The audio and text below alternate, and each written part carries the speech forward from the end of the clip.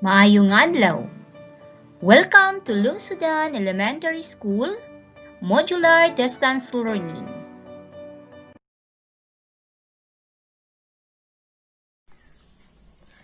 Good day. Challenged by this COVID-19 pandemic, education must continue.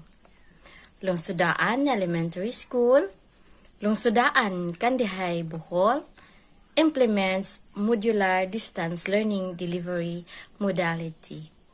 In and on behalf of Lungsodaan teaching staff, we would like to extend our heartfelt gratitude for the full support from our PTA, Barangay LGU, and other external stakeholders which contributed to the success of the implementation of this learning delivery modality.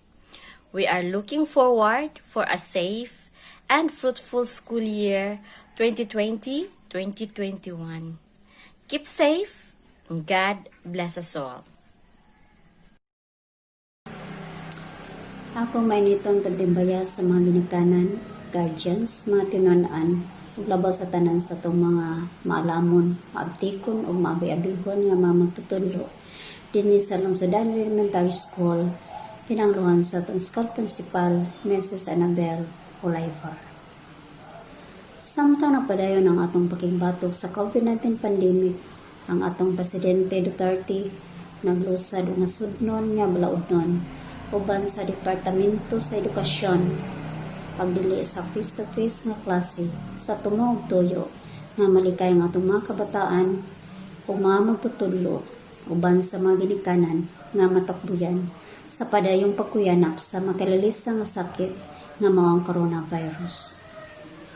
Tungod niini, nahimo ang new normal of education through the alternative modular distance learning. Mga pamagi nga mapadayon ang dekalidad nga edukasyon sa atong mga kabataan pinaagi sa pagpaningkamot sa mga magtutudlo nga mapasayon ang ilang pagtuon ug pagdasig nga dili masayang ang tuig sa paeskwela sa mga tinun-an. Isip usa ka ginikanan atong responsibilidad sa atong mga kabataan ang pagpaedukar, pagatiman, pag-agak nila nga magtubo sa pagkamatarong, pagsuporta uban sa paglantaw nga makabut ang ilang ipangando silang kinabuhi ug likayan nato nga mapatughan sila diha sa ilang mga kagustuhan, hinunua giyahan nato sila nga masaligon sa kaugalingon. Atong suportahan ang modular distance learning.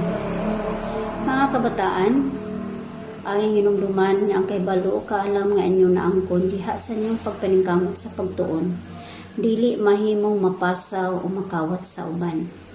Ang inyong maayong kagmaon magasukad sa kakugi ug pagpursige sa pagtuon. Ang kawadon usab dili mo ibabag sa imong kalampusan, paningkamot tinubanan sa mga pag-ampo. Ang lamdag umayong kagmaon naghulat kanimo. Sa ato mga magtutudlo, mga pasalamat sa iyong kakugi, pagsakripisyo, pagdasig o paghiya sa mga kabataan nga magpadayon silang pagtuon. Kamo ang lamdag ug iwag nga magdala ngadto sa ilang kalampusan. Mabuhay po kayong lahat. Sa ngalan sa Lungsodaan Barangay Council, kami mapadayonon sa paghatag og suporta ning maong modular distance learning. Kinin ubos nga igsuon, Barangay Captain Glaceria P. Amuro, mapasalumaton sa kanunay. Keep safe everyone, and God bless us all. Sa atong maabtik nga school principal, Ma'am Annabel Olivar, inubanan sa iyang mga maabi-abihon usab nga mga maestra.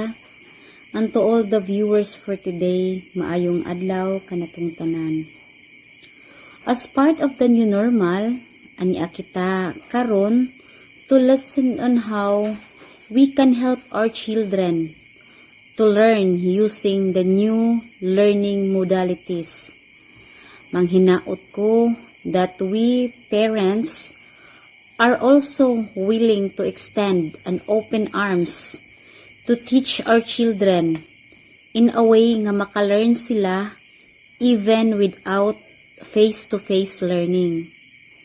And of course, with the guide of our dear teachers, ania lang sila perme para mo guide, mo tudlo, kanato, kung naaman gani kita dili masabtan. Dili lang ta mag wow, dili lang ta mo hesitate sa pagpangutana, pag-approach ngadto kanila. Unya, dili usab nato hikalimtan sa kanunay ang mga health protocols nga gihatag sa atong gobyerno. Kay kining tanan, for everybody's safety ra pud ni nato. Unya, labaw sa tanan usab, dili nato hikalimtan sa kanunay, ug atong buhaton sa kanunay ang pag-ampo ug pagpasalamat sa atong labang makagagahom sa tanang mga grasya, panalangin nga iyang gihatag kanato, sa grasya sa kinabuhi ug sa maayong panlawas. So with that, daghan kaayong salamat sa oras ug panahon nga inyong gigahin para aning programaha. Stay safe and God bless us all. Key Stage 1, Kindergarten to Grade 3. Welcome to the kindergarten simulation of learning delivery modality, Key Stage 1 of Lungsodaan Elementary School, Lungsodaan, Kandihay, Bohol. As we embrace challenges and hardships in these trying times, learning still needs to continue. We educators have been working out every detail, especially for our young kindergarten learners, to continue grasp quality learning experiences. With this presentation, we will know how this new learning modality works. First step taken into consideration is by communicating to stakeholders on the basic education learning continuity plan. Our school head, Mrs. Olaivar, conducted Zoom staff meetings to our teaching staff and other stakeholders for the planning and preparation in each grade level. After which, the teaching staff conduct remote and Dropbox enrollment, including online enrollment through Google Forms. We also identify learning delivery modality based on LESF data and class profiling. Based on the LESF data gathered, 99% or 20 out of 21 Lungsodaan ES kindergarten parents preferred modular distance learning. As modular learning modality prevails, conferences initiated by the school head disseminating links of learning resources, planning of purchasing supplies for printing modules based on the planned MOOE budgets and other sources were conducted. We also have our Zoom meeting by District Kindergarten Coordinator on the orientation of the kindergarten learning experience packets. After which, the teacher initiated an orientation of parents on the kindergarten learning packets, explaining the roles and preparation of parents and teachers in the continued learning delivery. Bringing the classroom at home is a teacher's big challenge. This is a simple little classroom made by our parents after the orientation as preparation for the class opening. As our dear parents prepared, the teacher made several preparations as to materials needed by the pupils such as class program, printed learning guides and worksheets based on milk, school supplies packed and arranged in a plastic envelope. Inside the plastic envelopes are the learning guides, worksheets, stories, parents' checklist, feedback form, and free school supplies. The distribution scheme of the materials needs also to follow healthcare steps such as social distancing, sanitation of hands, filling out of the seat form, and getting off one set of learning packet. Here is an example of the actual learning delivery and assistance of parent in the teaching process. Good morning! Mauni ang gamay nga room ni Alexis. Mauni ang iyang reward chart, table, organizer. Amen. Okay, magsugod na ta ha. Maayong buntag. Maayong buntag. Welcome. Welcome. Ako ang imong magtutudlo si Teacher Christine Joy Kindika. Kumusta ka karong buntaga? Okay lang. Ay, okay lang. The parents return the pupils' output through Dropbox system, the same as the distribution scheme they had. The teacher then retrieves the output every Friday of the week. Constant monitoring and assessment were undertaken through different platforms of communications such as group chat, Facebook, and conference calls. The school head gives technical assistance, updated and collect assessment report based also on the checklist and feedback forms. We are all in this together with God's grace and favor. Thank you for watching. God bless us all. These are our practices in grades 1, 2, and 3 classes. We need to inform the parents, learners, and the community as well for the mechanics of the modality without facing each other. Lungsodaan Elementary School teaching staff tapped the barangay officials led by Barangay Captain Placerda Amora for the Bantilio system, made announcement every after and before the Holy Mass, conduct online enrollment and Dropbox system,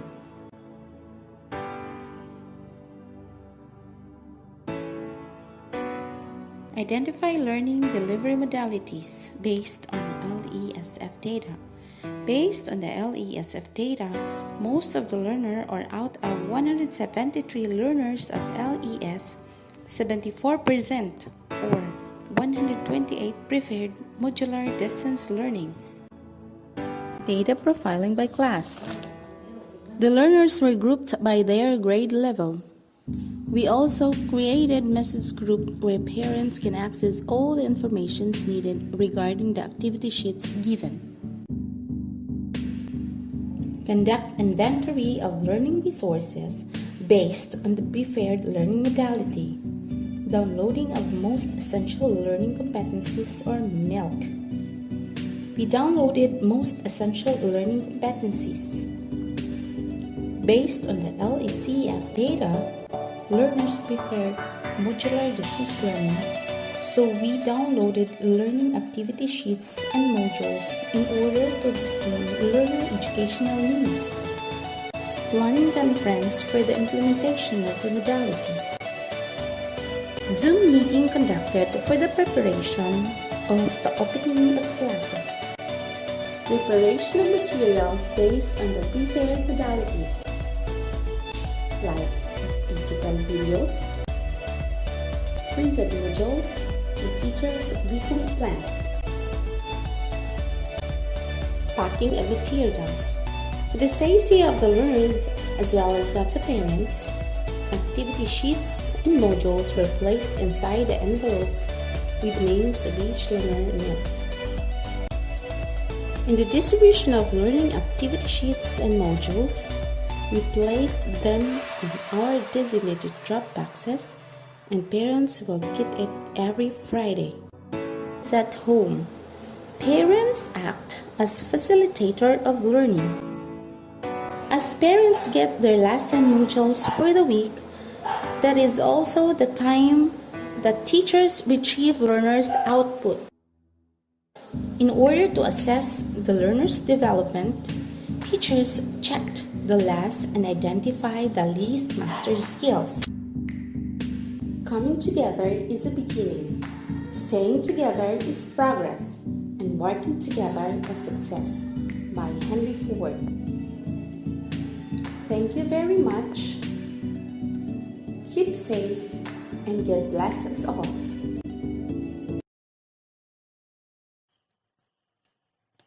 Key Stage 2 Grade 4 to grade 6. Lungsodaan Elementary School Lessons Learning Simulation for the school year 2020 to 2021.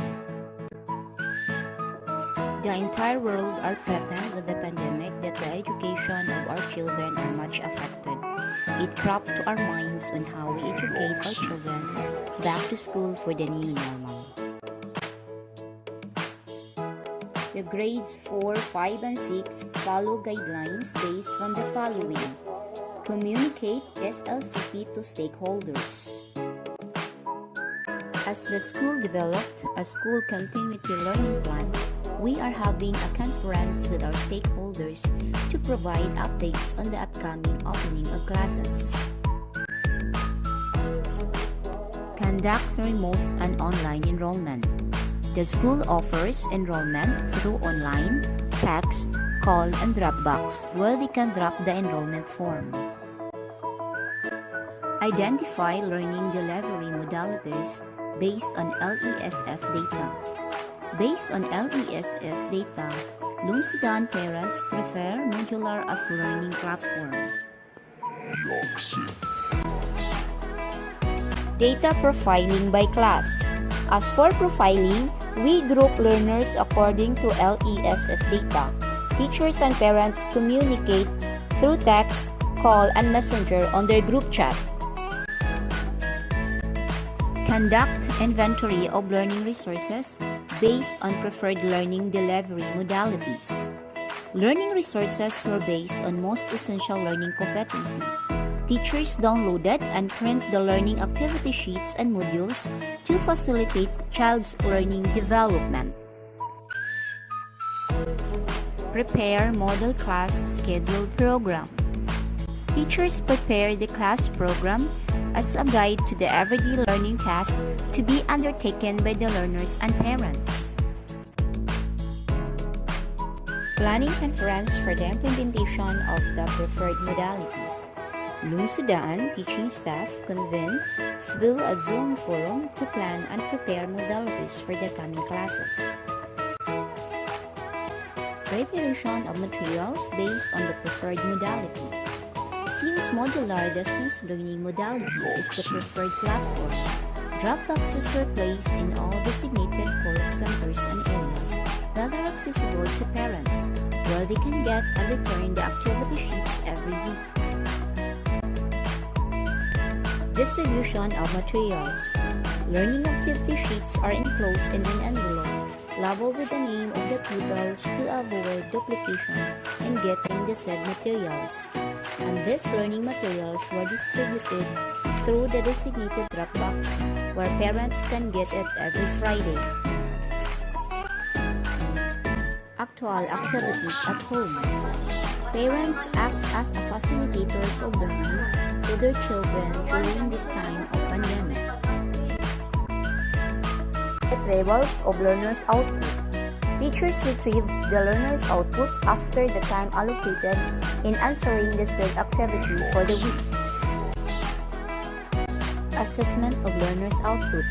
Teachers check the learning activity sheets and assess the learners through the use of individual learning monitoring plan. Communicate assessment result. With regards to learners' performance output, teachers collaborate with parents to track the progress of the learners. Good day to all of us. Modular distance learning is a continuous learning where students or pupils answer all their activities at home. This is an alternative way in education that we need to adopt because of this COVID-19 pandemic. Parents are encouraged to give support to their children in adopting this new normal way of education. I am Gracelda Ejias, grade 3 teacher of Lungsodaan Elementary School, Kandihay District. My role as a class advisor in this new normal situation is very challenging, taking into consideration the totally different mode of delivering instruction to my learners amidst this COVID pandemic. Nevertheless, I tried my very best to upgrade myself from the different webinars and LAC sessions I have attended in order to cater the needs of my learners through modular distance learning modality. It is of my greatest desire and prayer that this COVID pandemic will be over soon.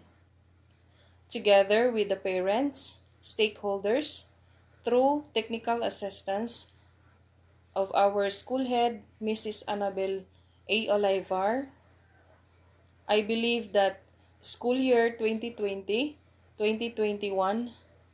will be fruitful and successful. We can heal as one. Ako si Mary Grace E. Piros, usa sa mga parents nga nay anak nga nagtungha sa Lungsodaan Elementary School. As a parent, it is our duty to help our kids to learn. Dili lang ang mga teachers ang gitugyanan sa pagpasabot aron makakaton ang atong mga kabataan, but the primary role is gikan nato. Tuod lisod kaadyo. Magsige tag hunahuna unsaon naman ang edukasyon sa atong mga anak. Pero tuod man, dako kaadyo namong pasalamat nga namugna sa Department of Education kining modular distance learning. Diin tagaan ang mga kabataan og mga modules aron lang di mausik ang ilang panahon. Tungod niini, nakita naho ang tinuod nga kahulugan sa bonding within the family. Nakita usab naho ang ubang mga problema whether academically, emotionally, and socially sa atong mga anak. Kung diin makatabang bata nga ato kini marisolbar pala kanila. Ang akong mabuhat o atong mabuhat as a parent is maningkamot lamang ta nga atong mahatag ang panginahanglan both sa ilang pagkat-on sa lesson ug ang panginahanglan financial. Puhon-puhon, kaluy-an sa Ginoo nga ma-uplift ta aning atong kondisyon. Kini atong new normal. Let's face it with possibility and faith nga maukira ang tanan. Maura, God bless and keep safe everyone. Kaming mga magtutudlo sa Lungsodaan Elementary School nga pinanguluhan sa atong principal Mrs. Annabel Olivar, andam nga mualalay sa atong mga tinunan, uban sa giya sa atong mahal nga makagagahom. To God be the glory. God bless us all. Salamat.